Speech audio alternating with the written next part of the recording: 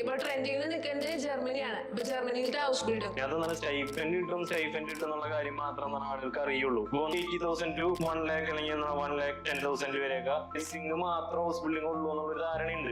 ഒരു 10 hour വരെ നമുക്ക് പാർട്ട് ടൈം ജോബ് ചെയ്യാൻ പറ്റും. +2 ഒരു 60%. ഹലോ ലോയിക്ക്, good and back, welcome to Meta Talks. Hi Sreeganga, ഇത് നമ്മുടെ കൂടെ ഉള്ളത് ജിഷ്ണു. അപ്പോ കുറെ പേർക്കുള്ള കൺഫ്യൂഷൻ ആണ്, അതായത് അബ്രോഡ് പോകാൻ കുറെ ആഗ്രഹമുണ്ട്, പക്ഷെ ഇതിനെ പറ്റി കൂടുതൽ ഡീറ്റെയിൽസ് ഒന്നും അറിയില്ല. ഇപ്പൊ ട്രെൻഡിങ്ങിൽ നിൽക്കുന്നത് ജർമ്മനിയാണ്. ഇപ്പൊ ജർമ്മനിയിലത്തെ ഹൗസ് ബിൽഡിംഗ്, എന്തുകൊണ്ടാണ് ഹൗസ് ബിൽഡിംഗ് ഇത്ര പോപ്പുലർ ആയി നിൽക്കുന്നത്? ഹൗസ് ബിൽഡിംഗ് എന്ന് വെച്ച് കഴിഞ്ഞാൽ ഇപ്പോ കുറെ പേർക്ക് ഇപ്പോ ജർമ്മനിയെ കുറിച്ച് എല്ലാവരും കേൾക്കുന്നുണ്ട്, അതേപോലെ എല്ലാവർക്കും അറിയ കാര്യങ്ങൾ. പക്ഷെ എന്താണ് ഈ ഹൗസ് ബിൽഡിംഗ്, എന്താണ് ഈ കോഴ്സിൽ ചെയ്യണം, ഇങ്ങനെ കറക്റ്റ് ഡീറ്റെയിൽസ് ഒന്നും ആർക്കും അധികം അറിയില്ല.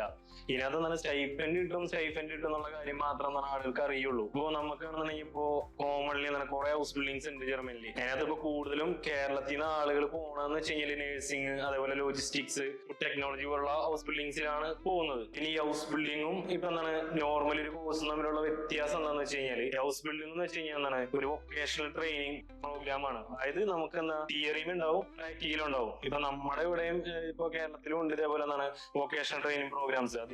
ഇതിന്റെ വ്യത്യാസം എന്താണെന്ന് വെച്ച് കഴിഞ്ഞാൽ, നമുക്കൊരു നേഴ്സിംഗിന്റെ ഹൗസ് ബിൽഡിംഗ് ആണ് എടുക്കണമെന്ന് വിചാരിക്കും. നേഴ്സിംഗിന്റെ ഹൗസ് ബിൽഡിംഗ് ആണ് നമ്മൾ എടുക്കണമെന്നുണ്ടെങ്കിൽ നമ്മളെ ഒരു നേഴ്സിംഗ് ഹോം അല്ലെങ്കിൽ ഒരു ഹോസ്പിറ്റലായിരിക്കും നമ്മൾ ഹയർ ചെയ്യണത്. എന്നിട്ട് അവിടെ ആയിരിക്കും അവിടെ നമ്മൾ ഒരു ട്രെയിനി പോലെ വർക്ക് ചെയ്യുകയും ചെയ്യുന്ന. എന്നിട്ട് അവരെന്തായാലും ഷൂളയിൽ വിട്ടിട്ട് നമുക്ക് തിയറിറ്റിക്കൽ ആയിട്ടുള്ള ക്ലാസ്സും അവർ പ്രൊവൈഡ് ചെയ്യും.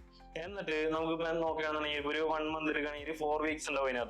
അതിനകത്തിപ്പോ ഒരു 3 weeks നമുക്ക് പ്രാക്ടിക്കൽ സെക്ഷൻ ആണെന്നുണ്ടെങ്കിൽ, ഈ പ്രാക്ടിക്കൽ സെക്ഷൻ കൂടുതലും നന്നായി വർക്ക് ചെയ്യണ ഹോസ്പിറ്റൽ ഏതാണോ അവിടെ തന്നെ ആയിരിക്കും. അവിടെ വിവിധ ഡിപ്പാർട്ട്മെന്റ്സിലായിരിക്കും അതുണ്ടാവും. അത് കഴിഞ്ഞ 1 week അല്ലെങ്കിൽ 2 weeks വന്നിട്ടായിരിക്കും ഉണ്ടാവുക, തിയറി ക്ലാസ് ആയിരിക്കും ഉണ്ടാവുക. അങ്ങനെ നമ്മൾ വർക്ക് ചെയ്യണതിന്റെ ഒരു എമൗണ്ട് ആണ്, ഒരു സാലറി പോലെയാണ് നമുക്ക് സ്റ്റൈഫൻഡ് കിട്ടുന്നത്. ഈ സ്റ്റൈഫൻഡ് നമുക്ക് ഏകദേശം ഒരു 1000 euro മുതൽ 1200 euro വരെ നമുക്ക് സ്റ്റൈഫൻഡ് കിട്ടും. നമ്മുടെ ഇപ്പൊ ഇന്ത്യൻ റുപ്പീസിലേക്ക് കൺവേർട്ട് ചെയ്യണമെന്നുണ്ടെങ്കിൽ ഒരു 80,000 to 1 lakh അല്ലെങ്കിൽ 1,10,000 വരെയൊക്കെ പോകും. ഇപ്പൊ നോർമലി നമുക്ക് നേഴ്സിംഗ് ആണ് എല്ലാവരും കൂടുതലായിട്ട് ചെയ്യണതും. കൂടുതൽ ആളുകൾക്കും നേഴ്സിംഗ് മാത്രം ഹൗസ് ബിൽഡിംഗ് ഉള്ളൂ എന്നുള്ളൊരു ധാരണയുണ്ട്. പക്ഷെ ഫുഡ് ടെക്നോളജി, അതേപോലെ മെക്കട്രോണിക്സ്, നമുക്ക് IT ഫീൽഡ്, ഇപ്പോ ഡ്രൈവർമാർക്ക് വരെ അവിടെ ഹൗസ് ബിൽഡിംഗ് ഉണ്ട്. പിന്നെ ബുച്ചറിന്റെ ഹൗസ് ബിൽഡിംഗ്, അങ്ങനെ കുറെ ഹൗസ് ബിൽഡിങ്സ് അവിടെ ഉണ്ട്. ഇതെല്ലാത്തിനും ഇതേപോലെ സ്റ്റൈഫൻഡും ഉണ്ട്. നമുക്ക് ഇതേപോലെ ഓൺ സൈറ്റ് എക്സ്പീരിയൻസ് കിട്ടും. ഈ കിട്ടുന്ന സ്റ്റൈഫൻഡ് നമുക്ക് അവിടുത്തെ ലിവിംഗ് എക്സ്പെൻസ് മീറ്റ് ചെയ്യാൻ പറ്റുമോ? നമുക്കിപ്പോ ഈ സ്റ്റൈഫൻഡ് നമുക്ക് ഏകദേശം ഒരു 1000-1100 euro വരെ നമുക്ക് കിട്ടാം. ഈ സ്റ്റൈഫൻഡ് വെച്ച് നമുക്ക് അവിടുത്തെ റെന്റും അതേപോലെ ഫുഡിന്റെയും കാര്യങ്ങളൊക്കെ നമുക്ക് മീറ്റ് ചെയ്യാൻ പറ്റും. പിന്നെ കൂടുതൽ ഹൗസ് ബിൽഡിങ്ങുകൾക്കും നമുക്ക് വേറെ ബെനിഫിറ്റ് ഉള്ളതെന്ന് വെച്ച് കഴിഞ്ഞാൽ, ഈ വർക്ക് ടൈമിലുള്ള ഫുഡ് മിക്ക എംപ്ലോയീസും പ്രൊവൈഡ് ചെയ്യാറുണ്ട്. അപ്പൊ നമുക്ക് ബാക്കിയുള്ള ഫുഡിന്റെയും പിന്നെ റെന്റും പിന്നെ ടാക്സ്, ഇൻഷുറൻസ് കാര്യങ്ങളൊക്കെ പേ ചെയ്താൽ മതി. ഈ ഒരു എമൗണ്ട് കൊണ്ട് നമുക്ക് സിമ്പിൾ ആയിട്ട് നമുക്ക് അവിടുത്തെ കാര്യങ്ങളൊക്കെ നമുക്ക് ചെയ്തു പോകാൻ പറ്റും. അപ്പോ ഒരു ഹൗസ് ബിൽഡിംഗ് ചെയ്യുന്ന ആൾക്ക് വേറൊരു എക്സ്ട്രാ വർക്ക് ചെയ്യാൻ പറ്റും അവിടെ പാർട്ട് ടൈം ആയിട്ട്? അതിനുള്ള ടൈം ഉണ്ടാവോ? ടൈം ഉണ്ടാവും വെച്ചാൽ അത് ഡിപ്പെൻസ് ഓൺ, അതായത് ഇപ്പോ ചെയ്യണ കോഴ്സിന്റെയും പിന്നെ ഓരോ ആളുകളായിട്ട് നമുക്ക് ഉണ്ടാവും. ഇപ്പൊ ചില ആളുകൾ എന്ന് പറഞ്ഞാൽ ഇപ്പൊ ഒരു കമ്പനിയിൽ ഇപ്പൊ നേഴ്സിംഗ് ആണെങ്കിലും അല്ലെങ്കിൽ ഇപ്പൊ മെക്കട്രോണിക്സ് ഒരു കമ്പനിയിലാണ് വർക്ക് ചെയ്യണമെന്ന് വിചാരിക്കും. അവിടുത്തെ 8 hours നമുക്ക് വർക്ക് ഉണ്ടാവും. അത് കഴിഞ്ഞിട്ടാണ് നമുക്ക് ഫ്രീ ടൈം ഉണ്ടാവും. 8 hours ഉണ്ടാവുള്ളൂ. അത് കഴിഞ്ഞിട്ടുള്ള ഫ്രീ ടൈം ചില ആളുകൾ ക്ഷീണമായിട്ട് എന്തായും റൂമിൽ പോയി റെസ്റ്റ് ചെയ്യും. അല്ലെങ്കിൽ നമുക്ക് ഇനി പൈസക്ക് അത്യാവശ്യമൊക്കെ ആണെന്നുണ്ടെങ്കിൽ നമുക്ക് വീക്കിലി നമുക്ക് ഒരു 10 hour വരെ നമുക്ക് പാർട്ട് ടൈം ജോബ് ചെയ്യാൻ പറ്റും. അത് നമ്മൾ നിൽക്കണ സ്ഥലത്തിനനുസരിച്ചിരിക്കും പാർട്ട് ടൈമിന്റെ അവൈലബിലിറ്റിയും കാര്യങ്ങളൊക്കെ. പിന്നെ ഇപ്പോ കുറെ കമ്പനികൾ ഇപ്പൊ ഫുഡ് ടെക്നോളജി പോലെ അല്ലെങ്കിൽ ഫുഡ് പ്രോസസിംഗ് പോലുള്ള ഹൗസ് ബിൽഡിങ്ങുകൾ ചെയ്യണ കമ്പനീസ് അവിടെ തന്നെ കമ്പനി തന്നെ നമുക്ക് എക്സ്ട്രാ പാർട്ട് ടൈം ചെയ്യാനുള്ള ഒരു ഓപ്ഷനും കൊടുക്കുന്നുണ്ട്.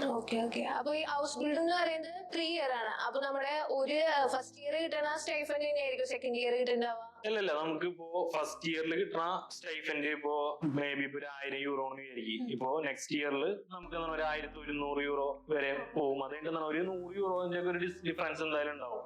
പിന്നെ നമ്മുടെ പെർഫോമൻസ് അനുസരിച്ചിട്ട് ബോണസും കാര്യങ്ങളൊക്കെ കിട്ടാൻ ചാൻസ് ഉണ്ട്. അതുപോലെ തന്നെ നമുക്ക് ചില ഹൗസ് ബിൽഡിങ്ങുകൾ ഇപ്പോ ഫുഡ് പ്രോസസിംഗ് പിന്നെ മെക്കട്രോണിക്സ് ഒക്കെ പോലുള്ള ചില ഹൗസ് ബിൽഡിങ്ങുകൾ ചില എംപ്ലോയീസ് പ്രൊവൈഡ് ചെയ്യുള്ളത് 2.5 year ഒക്കെ ആയിട്ട് ഷോർട്ട് ടൈം ചെയ്യാനുള്ള ഒരു ഓപ്ഷൻസും അവൈലബിൾ ആണ്. അപ്പൊ ഈ ഹൗസ് ബിൽഡിംഗ് അപ്ലൈ ചെയ്യണമെങ്കിൽ എന്തൊക്കെ വേണം? ഹൗസ് ബിൽഡിംഗിന് നമുക്ക് ഇപ്പോ മെയിൻ ആയിട്ട് നമുക്ക് വേണ്ടതെന്ന് വെച്ച് കഴിഞ്ഞാൽ ജർമ്മൻ ലാംഗ്വേജ് ആണ്. ജർമ്മൻ ലാംഗ്വേജ് നമുക്ക് B2 വരെയും പഠിച്ചിട്ടുണ്ടാവണം. B2 ഗോയിത്തെ exam pass ആയിട്ടുണ്ടാവണം. ഇതാണ് മെയിൻ ഒരു ക്രൈറ്റീരിയ തന്നെ. പിന്നെ വേണമെന്ന് വെച്ച് കഴിഞ്ഞാൽ +2 ഒരു 60% മാർക്കെങ്കിലും ഈ അപ്ലൈ ചെയ്യുന്ന കാൻഡിഡേറ്റിന് ഉണ്ടാവണം. ഏജും നമുക്ക് വലിയ വിഷയമില്ല. ഇപ്പൊ 27-28 ഏജ് വരെ നമുക്ക് ചെയ്യാൻ പറ്റും. അപ്പൊ നിങ്ങൾ ജർമ്മനിക്ക് പോകാൻ ആഗ്രഹിക്കുന്ന ആൾക്കാരാണെങ്കിലും അല്ലെങ്കിൽ ഇപ്പൊ ജർമ്മൻ പഠിക്കാൻ ആഗ്രഹിക്കുന്ന ആൾക്കാരാണെങ്കിലും നമ്മുടെ ഈ മെറ്റഫോറ ഫോമിനെ കുറിച്ച് കൂടുതൽ അറിയാൻ വേണ്ടിയിട്ട് ഈ ചാനൽ സബ്സ്ക്രൈബ് ചെയ്യുക. ഇപ്പൊ നിങ്ങളുടെ കൂടുതൽ ഡൗട്ടിന് കുറച്ചുകൂടി ക്ലാരിറ്റി കിട്ടുകയും ചെയ്തിരിക്കുന്നു. ഇതേപോലത്തെ മോർ ഇൻഫോർമേറ്റീവ് വീഡിയോസ് ആയി ഞങ്ങൾ വീണ്ടും വരുന്നതാണ്. അതുവരേക്കും ബൈ.